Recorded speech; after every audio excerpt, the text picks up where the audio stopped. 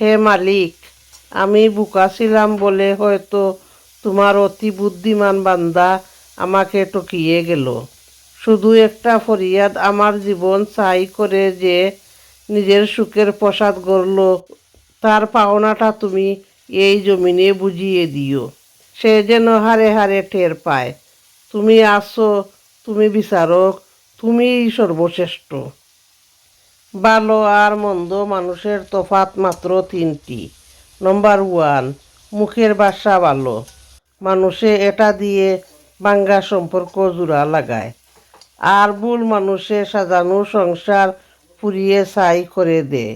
নম্বর 2, টাকা ভালো মানুষের হাতে পড়লে হয় সাহায্য, ছোট লোকের হাতে পড়লে হয় অহংকার। নম্বর 3, ব্যবহারে ভালো মানুষের বংশের পরিচয় দেয়, আর খারাপ মানুষের ব্যবহার দিয়ে নিজের মুখোশ খুলে দেয়।